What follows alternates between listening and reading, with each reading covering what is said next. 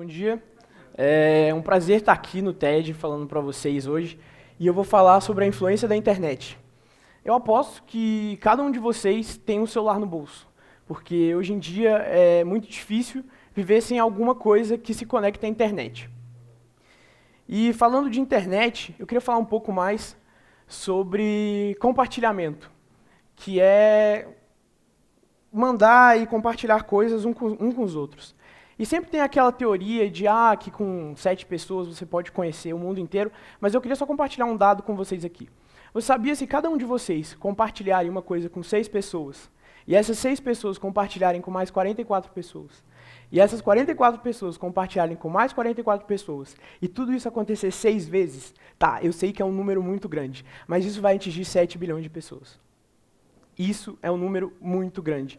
E eu fico imaginando que 10 anos atrás, isso era praticamente impossível, você compartilhar uma informação com esse tanto de... Não estou falando que todo mundo aqui compartilha coisa com esse tanto de gente, mas para você compartilhar uma informação, há 10 anos atrás, era muito mais difícil do que hoje.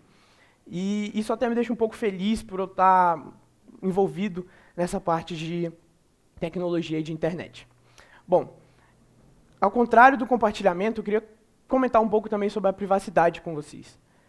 Que depois do caso do Edward Snowden, isso veio entrando na nossa mente como uma coisa para alguns bom e para outras pessoas ruins. E eu queria falar a minha opinião sobre isso. Bom, primeiramente, eu acho que não tem nenhum problema a gente entrar num site de anúncio, alguma coisa assim, e quando a gente entrar nas nossas redes sociais, o que você estava procurando, você vê que ficou mais barato. Não tem nenhum problema e eu acho que isso é super saudável na vida de internet hoje em dia. Mas recentemente um site entrou no ar chamado Tudo Sobre Todos. Não sei se vocês conhecem, eu acho que alguns sim e outros não. Mas é um site que permite que você colocar, quando você coloca o nome inteiro da pessoa, aparece o número de celular, endereço, CPF, até quem são os vizinhos da pessoa aparece nesse site. Vocês duvidam? Pode entrar lá e tentar. E eu acho que isso é a parte que não é bom passar desse ponto, entendeu? Eu acho que a privacidade é bom até esse ponto. Isso é qualquer pessoa pode entrar lá. Tudo bem o governo ter esses dados, alguma coisa, mas isso é qualquer pessoa. E eu realmente fico pensando se a gente chegou num nível que é saudável para a privacidade. E voltando ao assunto de internet, eu queria falar de um assunto que está muito no momento hoje em dia. Chama economia disruptiva. Não sei se vocês conhecem, mas Uber, Spotify, Airbnb, todas essas empresas são categorizadas como economia disruptiva.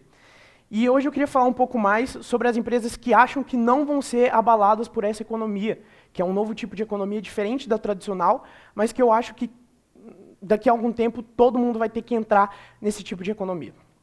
Bom, as coisas mudam e novos empregos são formados e pessoas vão exercendo esses novos empregos. Todos os empregos que a gente tem hoje, há 20 anos atrás, eu aposto que metade deles não existiam. E esse BTO é um novo tipo de emprego que as pessoas estão começando a exercer, que chama Business Transformation Officer, que é a pessoa que ela entra na empresa e ela ensina a empresa a sair do A e entrar no Z. Porque é o tipo de empresa, é o jeito que a empresa precisa seguir para continuar e não ser abalada na economia disruptiva. E a grande desculpa que muitas empresas dão é que elas falam que o segmento delas são consolidados e elas nunca vão ser abaladas por esse tipo de economia, como bancos e empresas de telecomunicação. Mas hoje eu vou mostrar para vocês por que eles estão errados. Bom, uma empresa da Suíça fez uma pesquisa chamada Digital Vortex, que é como se fosse um tornado, e ela colocou todos esses ramos da economia e no meio quais que são as mais prováveis nos próximos anos que serão modificadas, que terão que sofrer mudanças se elas não se adaptarem a esse novo tipo de economia disruptiva. E os bancos e as empresas de telecomunicações, por incrível que pareça, eles estão no meio desse vórtex.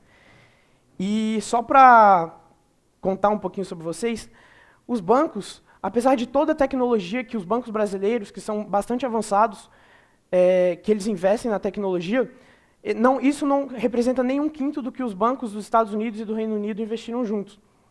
Então, só para vocês pensarem que às vezes vocês acham que tá tudo certo, meu banco está consolidado, está tudo certo, mas eles não estão investindo o tanto que eles precisam, e na minha opinião, eu acho que isso vai ter que mudar algum dia.